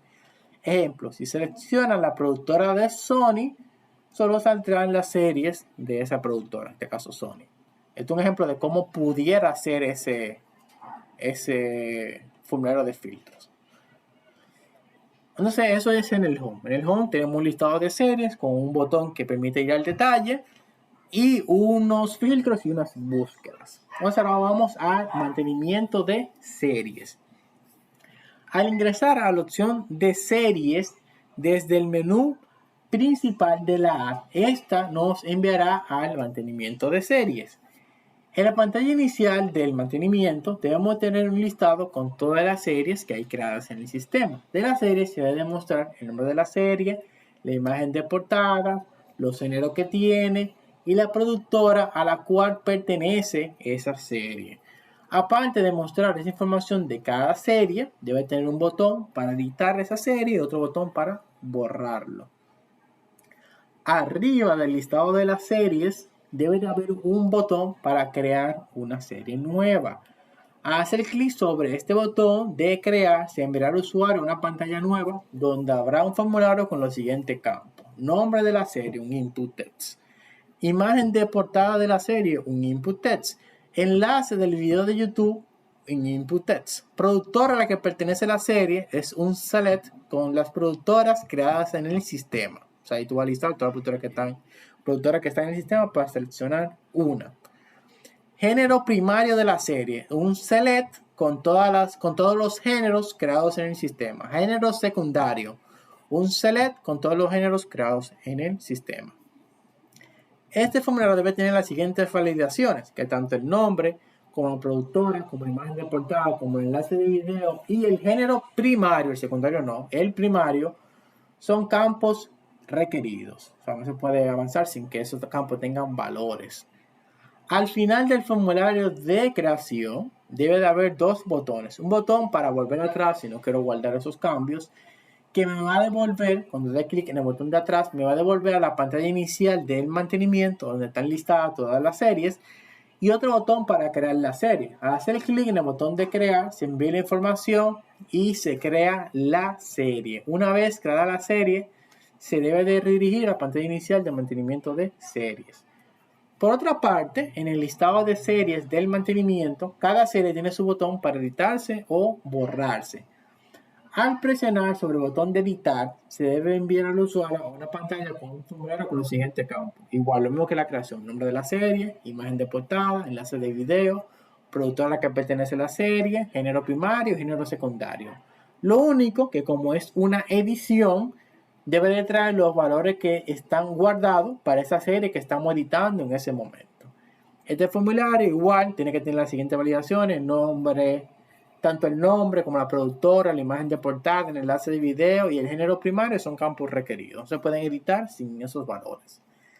Al final del formulario de edición debe de haber dos botones. Un botón para volver atrás, que devuelve a la pantalla inicial del mantenimiento donde están listadas las series, y otro botón para guardar la serie. Al hacerle clic se envía información y se edita la serie con los valores nuevos. Una vez editada la serie, se debe de redirigir a la pantalla inicial de mantenimiento de series. Finalmente, al presionar sobre el botón de eliminar, se envía al usuario a una pantalla con un mensaje que debe decir: ¿está seguro que desea eliminar esta serie? Debajo de este mensaje, dos botones, uno de cancelar y otro de aceptar. Si se pulsa sobre cancelar, se envía a la pantalla inicial de mantenimiento de serie, el listado. Pero al presionar sobre el aceptar, se elimina la serie y se redirecciona a la pantalla inicial de mantenimiento de series, el listado.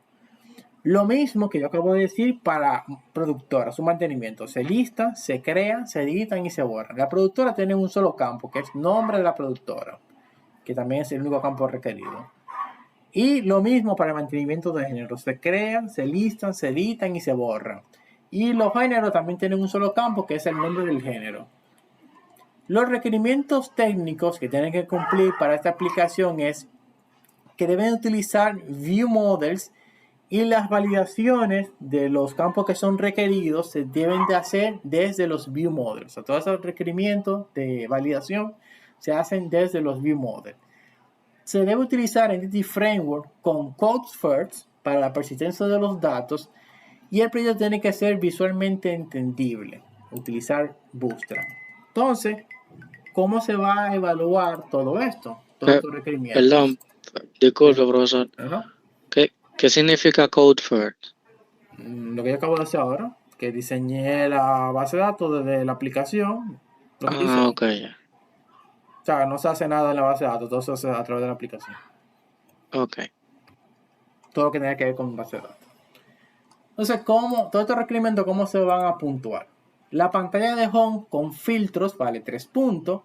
El mantenimiento de series vale 3 puntos. Mantenimiento de género vale 1 punto. Mantenimiento de productora vale 1 punto.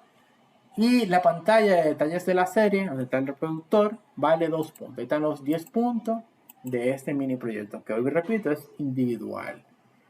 Aquí una aclaración que dice: aunque usted cumpla con la funcionalidad descrita en el documento de requerimiento, si no cumple con los aspectos técnicos que se mencionan en el mismo, eso será objeto de pérdida de puntos. Si usted hace la aplicación y la aplicación hace todo lo que tiene que hacer, pero no fue con Entity Framework, va a perder puntos. Si validó los datos, perfecto, pero no lo hizo con View Models, va a perder puntos, porque no solo es cumplir con los requerimientos funcionales, sino también cumplir con los requerimientos técnicos que se marquen en el documento.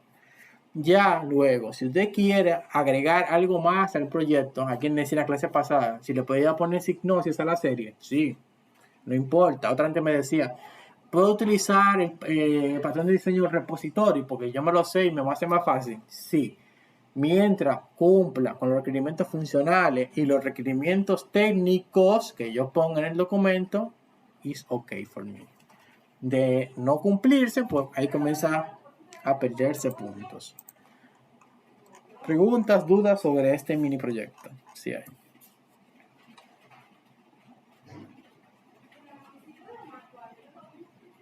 Está todo claro. Eso es un mini proyecto. Eso es un mini proyecto. Sí, es un mini proyecto. Ya yo me imagino el final. Ni lo, pero ya lo dijo el Profe, final, tiene el Después de terminar ese 33 proyecto se páginas de puede vender, ¿verdad? exposición. Profe, Es tuyo, tu código, o sea, tú puedes hacer lo que tú quieras con él. yo lo voy a vender porque de ahí yo tengo que sacar cuarto, diga. Obligado. Exacto. Eso es real. Big Mari. A Robertico se la voy a vender, profe, te verá. Ok, Netflix dominicano. La persona que levanta la mano, sí. Sí, buenas noches. Sí.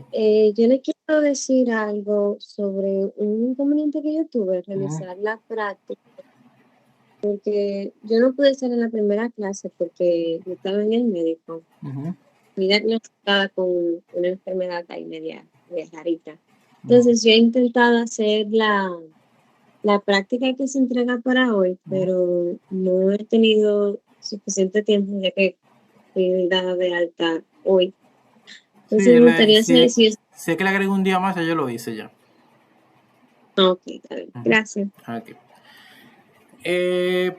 Retomando el tema del mini proyecto, en verdad es un mini proyecto, o sea, eso es algo que eso son ustedes, eso se hace en 2 horas. Yo lo digo 2 semanas claro. porque he sido Bueno. esposo. Gracias por la fe. Sí.